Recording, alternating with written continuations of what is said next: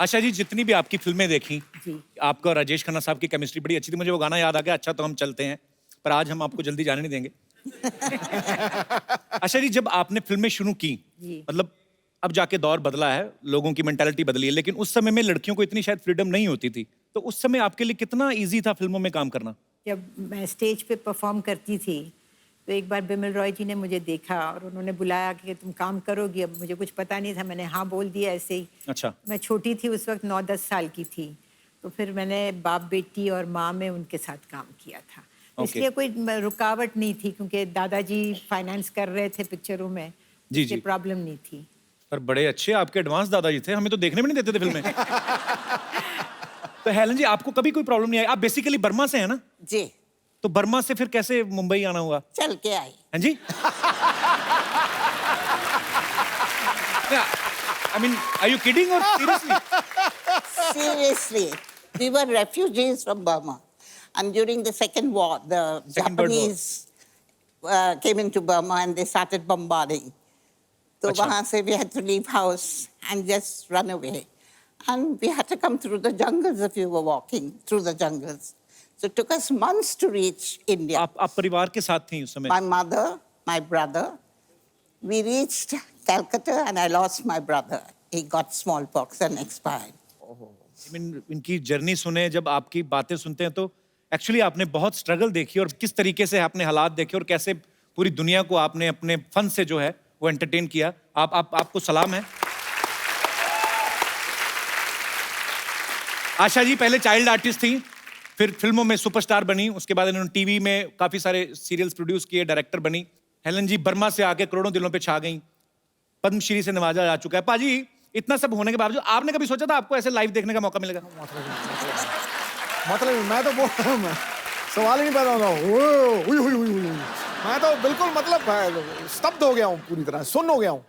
अच्छा आशा जी, अभी आजकल एक बड़ा नया दौर चला है, ऑटोबायोग्राफी जैसे आपकी आई है, तो बायोपिक्स बन रही हैं, स्पोर्ट्स मैन के ऊपर बन रही हैं, स्पोर्ट्स वुमेन्स के ऊपर बन रही हैं। अगर आपके ऊपर कोई बायोपिक बने तो आज के दौर की ऐसी कौन सी अभिनेत्री है, आपको भी हेलन जी सेम सवाल है, कि कौन है ऐसा जो आपको लगता है कि आपका किरदार बाखूबी निभा सकता है? मेरे हिसाब से, क्योंकि मैं कुछ ग्लैमरस बबली लड़की थी, तो मेरे हिसाब से Alia Bhatt would be the right person. Congratulations Alia, compliment for you. Helen ji, आपका अगर बायोपिक बने तो आपको क्या लगता है कौन कर सकता है आपकी बायोपिक बड़े अच्छे से? I think Padukone. I love you, ma'am. Deepika अगर इनकी बायोपिक करें तो मैं तो जितनी देर लगी रहेगी मैं उधर ही रहूंगा थिएटर में। एक तो हेलन जी की बायोपिक, ऊपर से दीपिका। आपको ये पता था कि I have a very soft corner for Deepika? I didn't know that. If I knew, I wouldn't have said it. Salman Khan आपके बेटे हैं, इतना आपको प्यार करते हैं, मैं भी आपके बेटे जैसा ही हूँ। ऐसे दीपिका को बोल दो मैम, थोड़ा आपको बोलो लड़का अच्छा है, देख लो। मुझे बोलने की जरूरत नहीं है, पूरी दुनिया मालूम है अच्छा है। आजकल इतनी सारी फिल्में आने लगी हैं आशा जी, एवरी वीक 2-4 फिल्में रिलीज हो जाती हैं, रीजनल अलग से होती हैं। उस समय बहुत कम फिल्में आती थी। उस समय मैम जब आप पब्लिक के बीच में जाते थे, तो आप लोग कैसे पब्लिक अपीयरेंस करती थी? ऐसे ही चले जाते थे। ऐसे ही? मैं बुर्का पहन के जाती थी।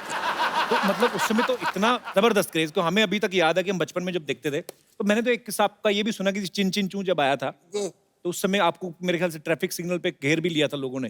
जी, और माय मदर इतनी खुश हो गई, first time Helen was recognized. अच्छा। तो उन्होंने क्या किया, उन्होंने मेरे सर को विंडो से बाहर किया और कहा, हाँ हाँ ये हेलेन है।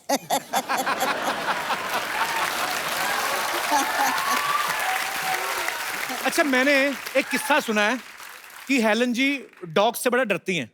मैं छोटी थी, स्कूल से आ रहे थे। अच्छा जी। और अपना नेबर के गार्डन में एक बहुत अच्छा अमरूद अच्छा जी। झाड़ था, तो मैं चढ़ के I was about to break the over जी। When the lady of the house came out. अच्छा। और उन्होंने अपना कुत्ता छोड़ दिया गार्डन में, और वो आके बैठा नीचे झाड़ के नीचे। अच्छा। और मैं ऊपर 2 घंटा के लिए उन्होंने मुझे उधर ही बिठाया। It's a fact. चोरी का अमरूद महंगा पड़ गया उस दिन आपको।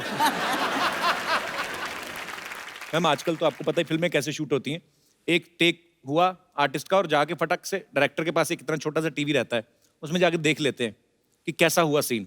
उस समय तो मॉनिटर भी नहीं होते थे मैम, और डिजिटल कैमरास भी नहीं होते थे। बिल्कुल नहीं। उस समय आप कैसे डिसाइड करते थे कि सीन अच्छा हुआ कि नहीं हुआ? नहीं, जब टेक होता था तो अगर मुझे लगता था कि नहीं मैंने कुछ ठीक नहीं किया है तो रिक्वेस्ट करते थे डायरेक्टर को कि भाई एक रीटेक कर लेते हैं। अच्छा। तो वो अगर डायरेक्टर को लगता था कि इससे बेटर शॉट हो सकता है तो वो मतलब वो अलाउ करते थे। उसी तरह डायरेक्टर को अगर लगता था कि शॉट ठीक नहीं है जी। तो वो फिर रीटेक करवा लेते थे। मतलब डायरेक्टर की आंख इतनी तेज थी कि जी। उनको मालूम था कि किस तरह का शॉट हो रहा है। पर एक्चुअली इतना बदलाव आ गया ना मैम, आजकल तो टेक्नोलॉजी का इतना सहारा लेते हैं। मुगले आजम में पहले जितने सैनिक चाहिए होते थे उतने ही खड़े करने पड़ते थे, अभी तो 100 खड़े करके 1000 बता देते हैं। जैसे अभी बाहुबली आई ना, उसमें जितने हाथी दिखाए इतने टोटल हिंदुस्तान के जंगलों में नहीं है जितने बाहुबली में उन्होंने दिखाए। कार भी ऑटोमेटिक आ गई है आजकल तो। अगर विलन ने बैठा, किसी ने शीशा नीचे करना ऑर्डर देना तो अच्छा लगता है, ऑटोमेटिक दबाया शीशा अपने आप नीचे जा रहा है, फिनिश हिम, शीशा ऊपर।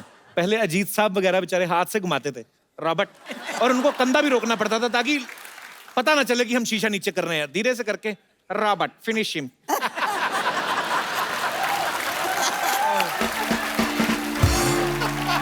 पर एक चीज है मैम, आपके समय की जो फिल्में थी उनमें रोमांस भी जो दिखाते थे इतना क्लीन दिखाते थे। हीरो हीरोइन दो मिल रहे हैं, दो फूल मिल जाते थे तो पता चल जाता दर्शकों की खुशबू आने वाली है। एक्चुअली क्योंकि ये सब फैमिली साथ में बैठ के देख लेती थी ना, तो बच्चों को भी, मतलब बच्चे भी बैठे रहते थे, बुजुर्गों को भी पता चल जाता था तो एक दूसरे को बुजुर्ग देते। फैमिली पिक्चर्स होती थी, मजा आता था वो फिल्में देख के। अच्छा मैम, आपने अपने जितने भी को स्टार्स के साथ काम किया है, मैं कुछ बातें बोलूंगा, आप बताना कि वो किन पे ज्यादा सूट करती हैं। जब आप फिल्मों में काम करती थी, सेट पे सबसे ज्यादा लेट कौन आता था? मिस्टर शत्रुघ्न सिन्हा। शत्रुघ्न सिन्हा। शत्रु सर, अच्छा। तो सबसे ज्यादा अपनी हीरोइन का ध्यान कौन रखता था? सुनील दत्त जी। सुनील दत्त जी, सो स्वीट। मैम सबसे अच्छा डांसर कौन था जितने भी आपने को स्टार्स के साथ काम किया? विजंती माला। वेरी गुड, इसमें कोई शक नहीं है। और लड़कों में? शमी कपूर। क्या बात है, शमी साहब। तो सबसे अच्छी बॉडी फिटनेस किसकी अच्छी होती थी उस समय? सलमान खान।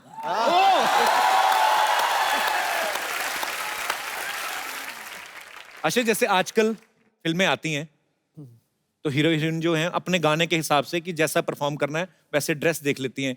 आप इतनी भारी भरकम साड़ियां पहनती थी, इतने खूबसूरत हेयर स्टाइल, मुझे नहीं लगता कि 60-70s के बाद कोई ऐसा दौर हुआ है। मतलब उस समय हेयर स्टाइल जो है उनके कॉपी किए जाते थे आपके। लोग बोलते थे कि ये साधना कट है, ये आशा जैसा हेयर स्टाइल है, उनकी जैसी साड़ी है। इतने अच्छे अच्छे हेयर स्टाइल, भारी भरकम जूड़े भी होते थे हीरोइन के। कैसे मेंटेन करते थे मैम? आपको कोई प्रॉब्लम नहीं आती थी? नहीं, प्रॉब्लम तो नहीं आती थी, लेकिन हाँ तकलीफ बहुत होती थी क्योंकि बहुत सारे पिन्स डाले जाते थे बालों में। और हेलन जी, आप तो ऊपर से डांस भी करना।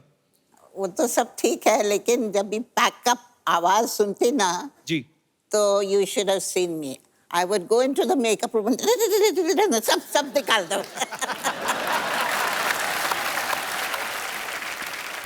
हम आपको कुछ पिक्चर्स दिखाएंगे मैम, तो आपको खाली जूड़ा देख के पहचानना है कि ये किन का जूड़ा होगा। बड़ा इनोवेटिव आइडिया है ये।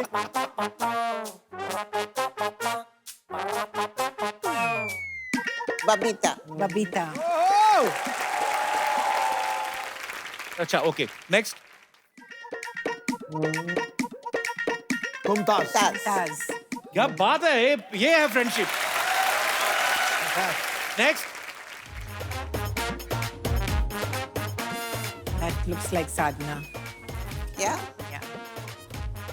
Yeah. क्या बात है। नेक्स्ट। शर्मिला टैगोर। वाह। Oh yeah. और ये? Asha Parekh. That's me. That's you? मैं। ये कौन है साइकिल से छोटा आदमी? पहचान तो लिया ही होगा, बाबू मोशाय। ये हमारे ना के बराबर मौसा हैं। अच्छा। हैं, लेकिन कोई ऐसा फायदा खास अरे है नहीं। कौन मौसा रे, आज तो हम सुपरस्टार राजेश खन्ना है रे। हेलो आशा जी, एलन जी नमस्ते। मैं आप दोनों का बहुत बहुत बड़ा फैन हूँ। एक्चुअली कॉलेज में लोग मुझे राजेश खन्ना बुलाते थे। ओए झिंगुर, तू नहीं सुधरेगा। दिल चाहता चिमटे से पकड़कर तुझे नाली में फेंक दूं। ये देख लो राजेश खन्ना, ऐसे लगता है मशीन से निकाला हुआ गन्ना।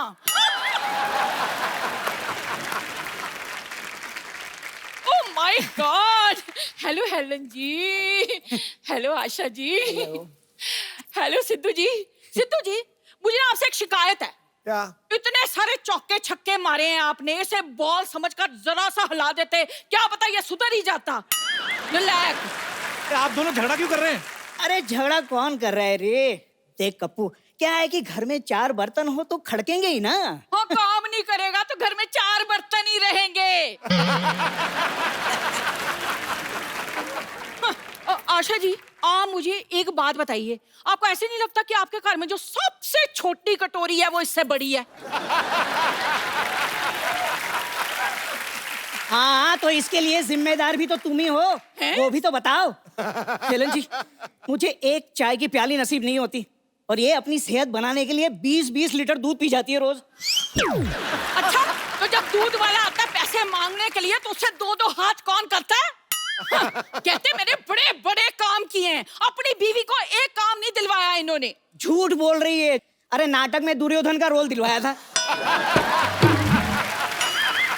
छोड़ के भाग गई, अक्ल तो है ही नहीं। हाँ, आप तो बड़े इंटेलिजेंट हैं। इनके डैडी जी ने कहा दुकान पे गल्ले पर बैठो, ये ना गल्ले के अंदर घुसकर बैठ गए।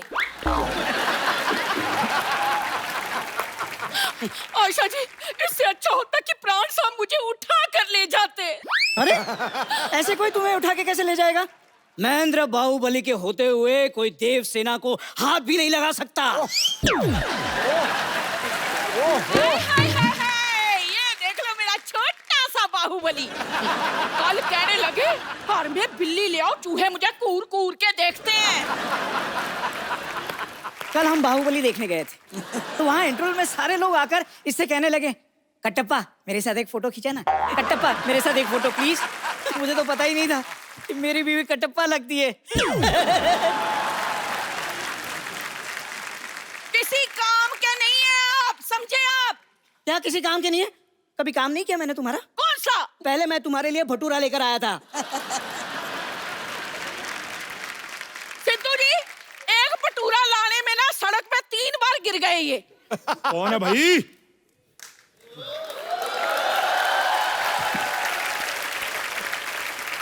कौन है जो हमारे भाई साहब को तंग कर रहा है? भाई साहब बुला रहे। ओए छोटू, मेहमानों के लिए लस्सी लेके आ और बंदा को साथ लेके जाना, तुझसे गिलास उठाया नहीं जाएगा। ऐसा कर, एक ढोल पैक भी करवा लेना, भाई साहब भी तो चखेंगे। खबरदार, खबरदार जो मुझे भाई साहब कहा तो। छोटू, तुम कुछ कहते क्यों नहीं? कैसे हैं आप? ओ, मैं तो ठीक हूँ। तुम्हें मैंने एक काम कहा था, मेरी जो शायरी है जो मैंने लिखी हुई है वो लिख के मुझे देना लायक नहीं? अरे कैसी बातें कर रहे हैं आप? आपकी शायरी मैं कैसे लिख सकता हूँ? आप खुद लिखिए। भाई मैं पहलवान हूँ, शायरी लिखूंगा तो अंडे खाऊंगा। चलो खैर, आज इतने खास मेहमान आए हैं सिद्धू साहब, तो शेर तो बनता ही है, माफ करना। खड़काओ खड़काओ। अर्ज किया है, वाह। अर्ज किया है, जगह मिलने पर पास दिया जाएगा, बुरी नजर वाले तेरा मुंह काला, ओके टाटा बंटी दी गड्डी। कैसा ट्रक टाइप शेर सुनाया है इसने। ओफो भाई साहब, तो आप 10 रुपए की शेरो शायरी की किताब खरीद लेते। हाँ। क्या बात कर रहा है छोटू? हाँ शायरी किताब में मिलती है? हाँ। मुझे तो किसी ने बताया था ट्रक में मिलते हैं शेर। मैंने तो 10 लाख का ट्रक खरीद लिया। ओहो, बड़ा नुकसान हो गया भाई साहब। खबरदार, खबरदार भाई साहब कहा, मैंने तुझे छोड़ूंगी नहीं। भाई साहब, भाई साहब, भाई साहब लगा रखा है। भाई छोड़ना चाहता भी कौन है? आ जाओ, गले लग जाओ। ओए, चलो, जमाना बहुत खराब है जाने मन। चलो हम अंदर चलते हैं, कांटा लगा गाते हैं। आओ, देखिए, किसी काम का नहीं है। हाथ छोड़ आओ, मेरा। आओ। डराता रहता है। अच्छा भाई, एक बार हेलन जी और आशा जी के लिए जोरदार तालियां हो जाएं। मैम बहुत बहुत शुक्रिया अपना कीमती वक्त देने के लिए।